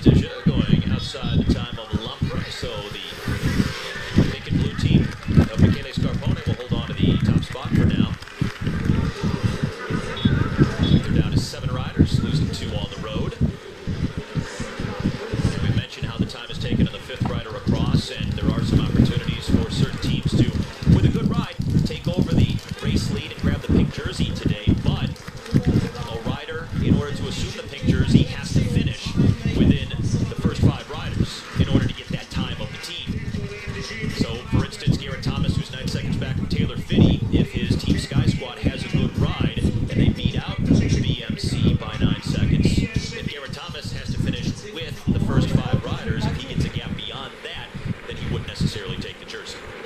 That's right, so they have to look out for Thomas. And once again, Katusha, Joaquin Rodriguez on the back there. The 111. Brito. A lot of action out on the course right now. Alex Rasmussen getting dropped. Now that's the man who's a big danger man for Taylor Finney. 10 minutes and 7 seconds. Well, Rasmussen starts the day 3rd place on the GC, 13 seconds back of Taylor Finney. But he needs to go ahead and finish with the first 5 to get the time of the rest of the squad.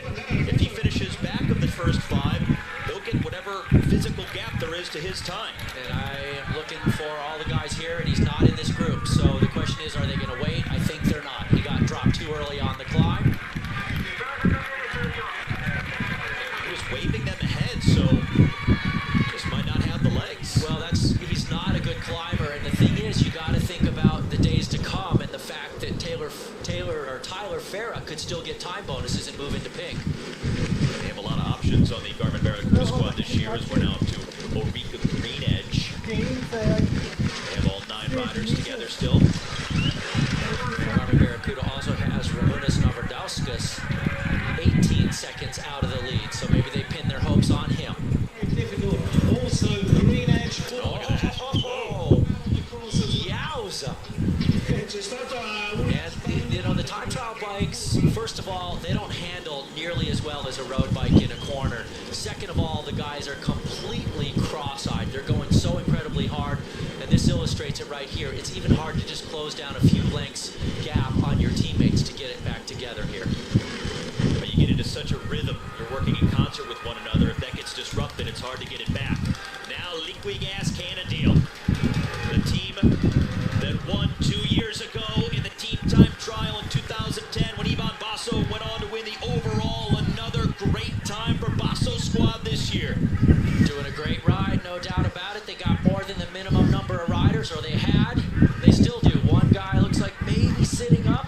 Now they need to keep them all together here. Liquigas Cannondale coming up towards the finish. Katusha, top time of 37:09. They're really burying themselves here. Still 150 meters to go to the finish, though. And 7 guys still, and they're not going to get the best time, but still a solid ride by the Italian squad. They were 4th in last year's TTT, 1st the year before. They have 2 top 10 so far this year in the TTT discipline, and they come in 3rd best at 21 seconds behind Katusha. Basso there, second man across the line. Good ride for them. Not a sterling performance, but solid. Team Scott. We saw them on the climb a few moments ago. They've lost 1 guy. They're down to 8. Katusha, Saxo Bank, Liquigas, Cannondale, top 3 teams right now. So with Rasmussen struggling for Garmin Barracuda, depending on what Sky does, Geraint Thomas, remember, 9 seconds back of Taylor Finney at the top of the GC as the day starts. That bobble in the corner by Ulrika Greenedge has really cost them. Their rhythm is all messed up. Realize they start out with a planned rotation, everybody on a certain wheel. That all got messed up because of the reshuffle in that corner. Now the man who had the issue in the corner, number 107, Swain Tuft for Ulrika Greenedge, and that's a tough way to celebrate your 35th birthday, which he is doing today. Yeah, he's also a 6-time Canadian time trial champion. It's not like he's not skilled at the discipline, but anything can happen in the team time trial. It's really the second hardest thing to orchestrate in road racing behind a field sprint lead out. Barracuda, the only team. 9 riders still in the picture for Ulrika Greenedge. They're still trying to get all 9 back together. Now this is BMC on the climb. This is Taylor Finney, 2nd from the back. Taylor's looking surprisingly good considering what he's been through. He is spinning a little bit of a lighter gear, maybe just trying to keep some of the real torque off of that ankle. You can see his teammates looking out for him as well. I think Taylor's coming through this all right. Taylor not known for his climbing strength in general. This is close it back down to his Orica Green Edge teammates. Bobridge, ordinarily a terrific time trial rider, and now we spring up to Astana as they're inside the final kilometer now. Katusha, surprisingly spirited ride of 37.09. They have the lead at the moment. And Astana, They're going to be close. looking to make it close here, yeah. Not going to get it, but they're going to be in there. They're now on the cobbles. 150 meters left to go to the line. Astana didn't figure they would win. They just want to position Roman Kreuziger so that he can unleash the power in the mountains. And Astana hits the line, and they finish second best, 17 seconds down. Omega Pharma Quick Step headed towards the finish. Third in last year's TTT. And 150 meters now left to go to the line. Astana has just come through with the second best time of 37.26 behind the top team to this point, Katusha. And now Omega Pharma Quick Step is going to slide into fourth place, 19 seconds down. Time for Omega Pharma Quick Step. Brings back fond memories, the TTT. It is one of the most harsh experiences you will ever have on a bike. Absolutely riding out of your skull. Garmin Barracuda, the team that had the best time at the first intermediate split, 9 kilometers in. But their top rider in terms of GC time coming into the day, Alex Rasmussen, was losing contact with the rest of his teammates on the climb in the middle of the course. Now Orica Green Edge, the squad that won the team time trial in Tirreno Adriatico this year. And at the second checkpoint, they're 15 seconds down. Now, not a great performance by them, but that point where they almost had the crash really disrupted them. It took them several kilometers to kind of get that rotation dialed back in. There were all kinds of gaps in their group, and when there are gaps, that means more guys are in the wind, more guys are working, less rest. It just compounds the effort. Cam Meyer, the rider, number 106, sitting at the very back of the team. And now the very last team on the course. A moment ago, BMC. We jump forward to Garmin Barracuda, a team that started 3 minutes ahead of BMC. And I do not see Rasmussen in this group, so he looks like he has gotten dropped out of the squad. This is Orica Green Edge, and Taylor Finney off the side of the road for a moment. Just picked him up there right at the tail end of something happening there, and now he's to the back, and BMC is coming apart. He was pulling weeds out of his wheels, and look at this, Taylor down in the ditch.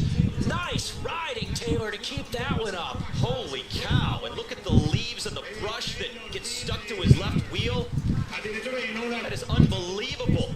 Good job by the young man from Boulder, Colorado. Two-time winner of the under-23 Paris-Roubaix. He's got the bike handling skills. So some of the weeds are still stuck as he tries to get back onto the tail end of his group. He's the last man from the team here on the road. They're holding up. They're waiting for him. They need him to get back within the mix here before they really crank it up once again. Now, hopefully that weed will not get sucked up into his jockey pulleys on his rear derailleur and then cause him to have to get mechanical assistance. So the pink jersey up for grabs here in the team time trial on stage number 4. And it's looking very much like Ramonas Novardauskas for Garmin Barracuda may ride into it. He started the day 18 seconds back. Wasn't the highest placed Garmin Barracuda rider, but Rasmussen again lost contact with the rest of his team. Novardauskas is still with the Garmin Barracuda squad. Yeah, and if Rasmussen had lost contact very late in the climb, they may have been able to ease up for him, but he lost contact early enough that they have to think about it and go, you know what, we can't wait. We got Novardauskas, we got to keep going for him. This is Garmin Barracuda right here.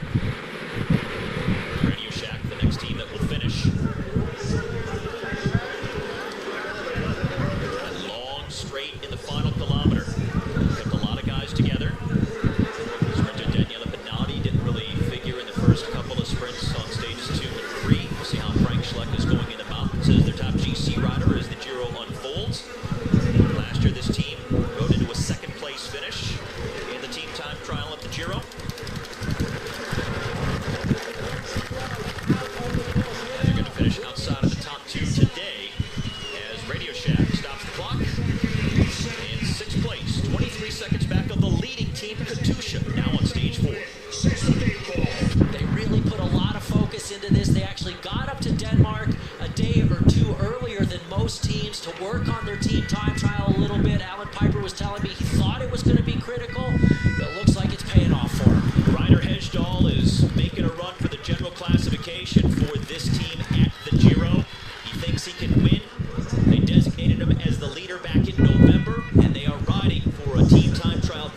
day and to position Hejdahl near the top of the general classification. And as Peter Stetina, number 98, dropping off the pace.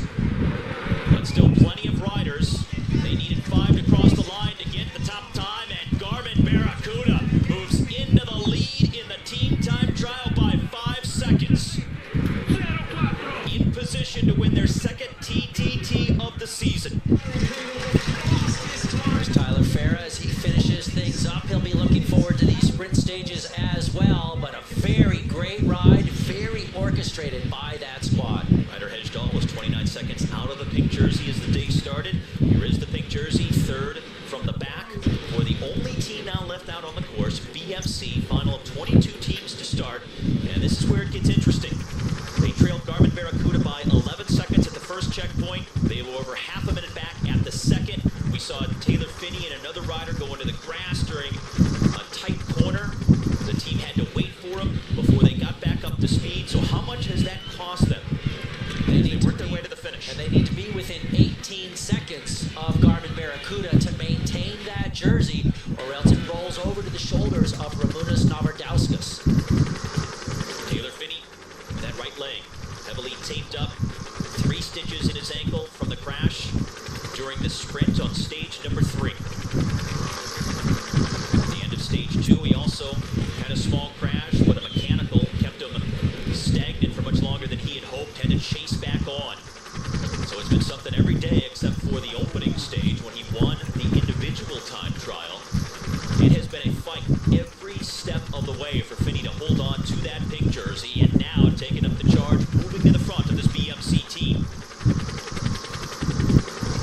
Taylor seemingly still feeling, obviously, the effects of that. Not a crazy hard pull at the end of the race for him, as I think he's probably breathing a sigh of relief that he's actually able to ride this race and even contest at all at this point after what he's been through. Now, not often do you see a guy get into an ambulance at the end of a stage and then still able to start the next day. And that is what he has been able to do. He's now at the very back. BMC, the last team on the course, riding for the pink jersey. 1,300 meters from the line. Garmin Barracuda has just gone through with the new best time of 37 minutes and 4 seconds. I spoke with Taylor's dad, Davis Finney, on the day of the crash, and Davis was just so down. He was so dejected. He felt like things were going so well for his son and for the team, and then to see him crash like that, he said it was like the bottom fell out. And Davis and Connie have really been through the ringer here, just themselves, both riders in their day, very good riders at the top of the world, and really with their son through all of this. Now, when you do the math, again, Geraint Thomas started the day for Team Sky, 9 seconds back of Taylor Finney. Finney needs to finish inside of 37 minutes and 43 seconds to hold the lead over Geraint Thomas here, and needs to finish inside the first 5 riders among his teammates. Can't get dropped here. But Ramūnas Navardauskas of the Garmin Barracuda team, who started 18 seconds behind Finney, also in play because Garmin Barracuda is the team that's now leading with a time of 37:04. Right, a few hundred meters to the line now. BMC with still a large complement of riders. Taylor Finney at the back here as they ride to hold on to the Maglia Rosa. BMC is going to cross over in 10th position, 31 seconds out. It's going to be very tight. Got to do the quick math. They gained another second back after that last time check, so that stint off the road for Taylor really cost him. It was a big effort by Taylor Finney and for BMC. Garmin Barracuda gets the stage win in the team time trial. BMC running to hold on to the pink jersey today. Some hugs after some tense moments. Once again, we'll do the math, we'll sort it out, and we'll come back. Stage 4 in the books here at the Giro. 4 days in, and now the top 5 at the Giro d'Italia. General classification as Garmin Barracuda's Ramūnas Navardauskas as the new leader. His teammates Tyler Farah, Robbie Hunter, Ryder Hejdahl lined up behind him. Taylor Finney losing time, but now 13 seconds out.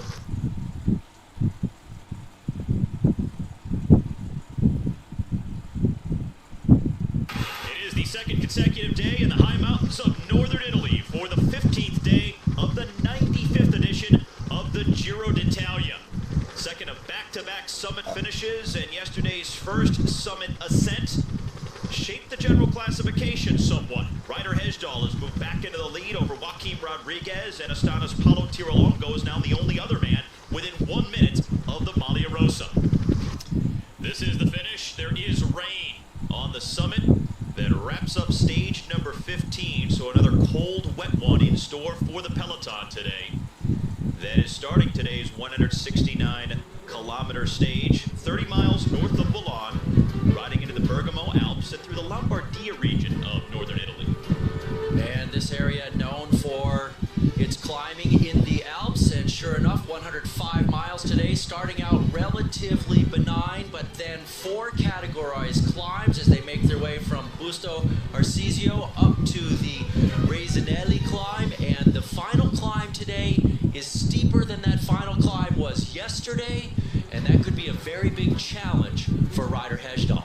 Go on live to our coverage on stage number 15. You see the wet roads, the rain jackets.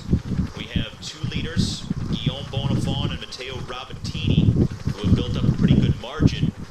Giovanni Visconti, the Italian national road champion, however, has pulled out of the race today, and so has the Radio Shack Nissan leader Frank Schleck, who was caught up in a crash a few days ago. He's really been bothered by a back injury. His shoulder has also been hurting, so the 2 big names that have pulled out today, Schleck and also Visconti. Schleck apparently suffering from dislocated shoulder. This is Cavendish. He has vowed to continue on and finish this race and try and keep the red sprinter's jersey all the way to the line. He's looking good in the rain jacket of the world champion, I have to say, but it's going to be a hard day for Cav to make the time cut. So the front of the race now, and this is Matteo Rabottini, so it looks like he may have dropped Guillaume Bonifant. That's him in the distance back there. These 2 were riding together for quite a while, but now Rabottini creating a gap between himself and the AG2R rider Bonifant at the very front of the race with 90 kilometers left to go, and that means that they are on the first of the 4 categorized climbs, the Valcava, and it's the toughest climb of the day at Category 1. It's a pretty ugly climb, actually, especially in these type of weather conditions. 17% is the maximum grade, 8.1% the average, and it goes up over 3,000 vertical feet. Marzio Bruzzaghin there. We saw him go on the attack late yesterday, and I wonder if this is a little group that maybe has peeled off the front of the field. And indeed it is. A chasing group that's between our leaders and the peloton right now. We had 4 other riders earlier with Bonifant and Rabottini, but those 2 dropped them. It became a group of 2 at the front, 4 chasing, and then the peloton. And now things have changed even more out on the road between the field and the front. As our leader goes inside of 90K left to go to the finish, and here are the names of the chasers. And one to take note of is Marco Pinotti, the Italian team leader for the BMC squad. Pinotti had a little bit of a tough day yesterday, lost a little bit of time, and interestingly enough, his team was saying, I think it was Taylor Finney actually, tweeting saying, Pinotti's going to come back. You keep your eye on that Italian. So the pink line shows you that the riders are going up the first of the 4 climbs right now, then it's up and down the rest of the way. Cat 1, the biggest of the day, midway through the stage, and then Category 3, followed by successive 2s up to our 2nd straight summit finish of the weekend. Look at how much do they chase this early?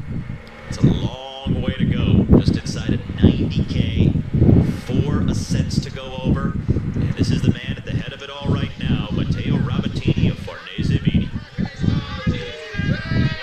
The first of 4 categorized climbs. It's a Cat 1, the toughest of the day.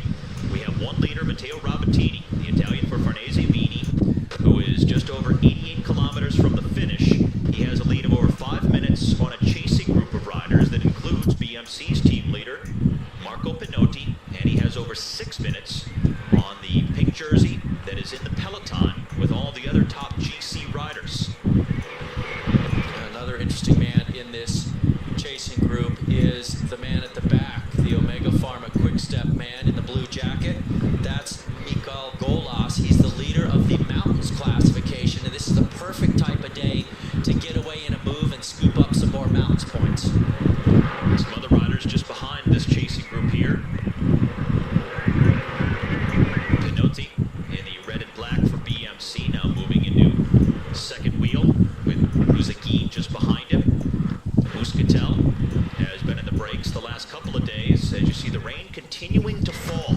Yesterday it rained early but then let up in the final hour and a half of the race. Gave the guys a break, but today a bit nastier. Still very cold, temperature in the low 50s, but the rain continues to fall on just the first of 4 climbs. And when it's raining and it's cold and you know that you have 4 climbs to go over, boy, it is tough on the psyche. Well, we thought it was Ryder Hedgedall, but the pink jersey apparently belongs to Donkey. Shrek's co-pilot wearing the Maglia Rosa. How wrong we were. Oh my. You would think that they would think that that was maybe just, I don't know, bad taste, putting the pink on the donkey. Who knows what they think. Now Rabatini rolling along at the front. Now the Italian, 24 years of age from Pescara, Italy. This is not his first break of this year's race. No, it's not. That's really been the theme. Everybody getting in the breakaways this year has been doing it on multiple occasions. Rabatini spent, before today, 197 kilometers in breakaways, so that's just over 120 miles. On the front right now, Emmanuel Sella, one of the climbers on that squad, although he is 15 minutes down on the Androni squad. Brutzagin, their next position. That's Thomas Chiruka in the orange for Muscatel. Actually have Michael Golas in the back there in the blue. Also Marco Pinotti. Pinotti, the highest place of the general classification there, but look at this, some action coming up from behind. It's an Astana rider. We've got Lampre back there, Team Sky as well. So trying to form a much larger chase group here. Still over 5 minutes behind our leader, Rabatini. And now at 87.5 kilometers left to go on the stage. This is really where the climb is at its steepest, 17%. So this is the steepest section of road they will encounter all day long.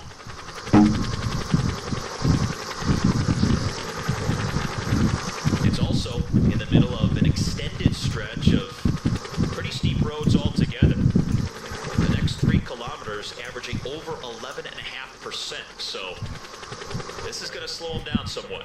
And today, these continuous climbs, though they are very hard, the descents are also going to be selective. Wet, small, somewhat treacherous for sure. So it's going to make a difference. Today's race is going to be blown apart into small groups by the finish line. Slowly grinding up the climb. This is turning into a classic Death March day, and it's only the first climb. Now remember, the elements are really conspiring against the riders today. And there's a confluence of circumstances as we move back to the front for Matteo Rabatini. It's the second of back-to-back days in the high mountains of northern Italy. The second of consecutive days of pronounced climbing. Some serious mountain challenges. And it's all coming at the end of a 12 consecutive day stretch of racing before the second rest day tomorrow. So it's all coming down on the riders at one time to really wear on them physically and mentally. That is what is really going to add to the hurt here today on stage 15. The only thing they can really have to look forward to is the fact that they have a rest day tomorrow. But other than that, today is going to be a really rugged day. The big names that pulled out of the race, of course, Tor Hushov, Tyler Ferra, Daniele Benatti, Filippo Pozzato. A lot of these guys victims of crashes at one point or another. And we're now down to 177 riders remaining in the Giro going into the final week of racing. And we'll probably lose some more guys today and as the final week unfolds. Although they are still ahead of the pace of the last couple of years, they haven't lost as many riders at this point as they did back in 2011 and 2010. Matt Goss, Mark Renshaw, two of the top sprinters have gone home. So the biggest really loss in the race so far has been sprint.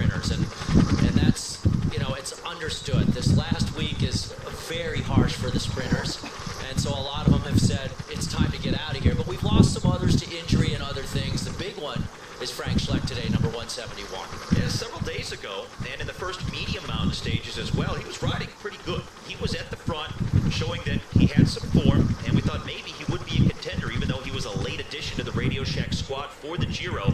But that crash has really impacted him, and as a result, he couldn't go on, pulls out on stage 15. So that's one less GC rider for the others to contend with. We are now 2.5 hours in, 3 kilometers away from the summit of the Category 1. These are the chasers. Sella continuing to lead this group, although he doesn't look particularly great. I actually think Robertini looks better than this chasing group, and he's been off the front for a long time. Well, this is a day where the calculus can become important. Measuring your efforts. And right now, Robertini just riding steady through the rain. The lead at 5:14 with the summit in the distance. Just 50 meters once he gets to this corner. So Robertini down with 1.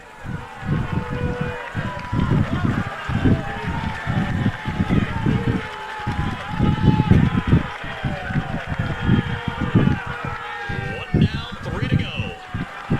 Matteo Robertini, the first rider over the first climb on a very tough day at the Giro d'Italia. Here is Robertini. See how wet the roads are. The Italian from Farnese Vini on the descent. And other riders getting some assistance from the side of the road. Technically not allowed to get pushed by the fans, but there's not a lot any of the officials can do about it, as Marco Pinotti now has come to the front of this chasing group as he sees an opportunity to get something here. But look at that, only 39 seconds advantage for that chase group now over the peloton, with Lukas Cannondale leading the charge. They're coming up towards the crest of the hill. And this chasing group losing time to the peloton as opposed to gaining time on the leader.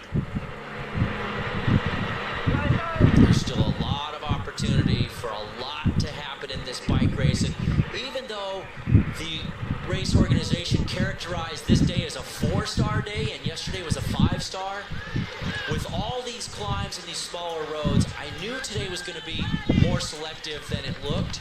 And now with the rain, it's going to turn into a 5-star for sure. It's hard to overstate just how much the rain changes the race.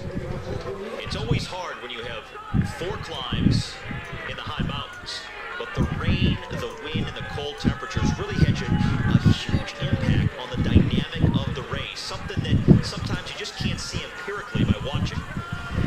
The legs of the guys start to seize up, the muscles get tight, things get pulled and strained, you end up with injuries, you just don't fire as well, you burn tons of calories, on and on. And some riders grabbing newspapers to put inside their jackets for the descent. Back on Soleil rider, I think grabbing La Gazzetta dello Sport, the national paper. May as well. Because the paper's pink. That's the way they got the color for the pink jersey of the overall race leader. Chiruka now pushing on here and fracturing this chasing group a little bit. Brutzagin on the left, sitting up, trying to zip up the vest, and he got it zipped. Chiruka was in the move for a while yesterday. And leading the way for the chase group over the summit. Just inside of 5 minutes now behind our leader, Matteo Robertini. Marco Pinotti, the multi-time Italian national time trial champion, and he'll look to make good on some of that form here today. We'll see separations happening on this descent. Guys will attack because they know they have a chance. Passo hates this type of descent, and some guys may try and take advantage of that. And another variable is who wants to take the risk on such wet roads. Apparently Robertini does. He is really putting it all out there right now, throwing a lot of caution to the wind. On a descent like this, would you rather be riding by yourself like Robertini or in a group like the chasers of the peloton? I'd rather not be there. I'm so happy to be retired when I see days like this. Robertini just sort of floating over some bumps there and then setting up for that next corner. You mentioned that the roads are not all that well paved. They're very narrow, twisting, and technical too. So a lot to be attentive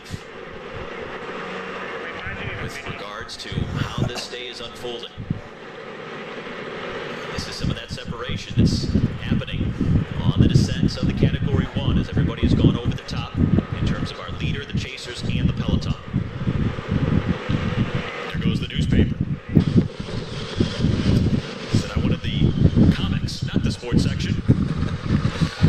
Oh, these are some sharp corners to be taken in the wet. And this is off the front of the peloton. So guys trying to get away. You can see the green jackets there for Liquid Gas Cannondale. Second man around is Basso. Look at how carefully he's taking it. That also shows some poise and some experience, knowing you can lose the race on a descent like this if you crash and get hurt, but you can't win the race on this descent. Well, the pink jersey of Ryder Hejdahl was there near the front, wearing a blue rain jacket for Garmin Barracuda. So Hejdahl staying where he needs to be, near the front, with all of his other GC rivals around him. And they are 5.5 minutes back of this leader, Matteo Rabatini, who's just inside of 5 minutes ahead of a chasing group of riders with 76.7 kilometers left to go. And this is the action off the front of the chase group, it looks like. Now single file back at the head of the peloton and Liquid Gas Cannondale. Still 3 riders at the front of this group, but it looks like it's getting smaller on the descent. Yeah, in fact, we're already looking at bits and pieces of this bike race and guys in between groups, and it's just going to get more chaotic as the day wears on. More and more separation, more guys blowing up, more guys going backwards, more guys going forward from groups. And it's also difficult to tell exactly who is where and how far they are either ahead of somebody or behind somebody else, because they just don't have enough cameras, either on the motorbikes or in the helicopter, to follow everybody. So you try to keep things in perspective as much as possible, but it just gets so crazy out there on the road with a day like today. Under 76K, Matteo Rabatini, the lone leader for Farnese Vini. He'll lead 5 minutes on the chasers and 5.5 on the main field. That's what we're looking at right now, down through the trees. Liquid Gas Cannondale at the front. Now our leader, Rabatini. Not been shy about really diving into this descent. Not shy at all. Now Farnese Vini really looking for some results in the final week of the Giro. They lost one of their team leaders in Filippo Pozzato with a broken hand. He caused a crash several days ago, was forced to pull out. Oscar Gatto, one of their other team leaders who won a stage last year at the Giro, really hasn't featured all that much this year. So Farnese Vini looking for something to happen, and Rabatini trying to make that happen here on stage number 15. Pinotti leading that group. He's got Matteo Carrara right behind him. That's the front of the peloton. Basso up there amongst 2 teammates. No team has done more work at the front of the GC group at this year's race than has this Liquid Gas Cannondale team. And no team, ironically enough, has attacked less than Liquid Gas Cannondale. They've been riding at the front, not attacking, just controlling.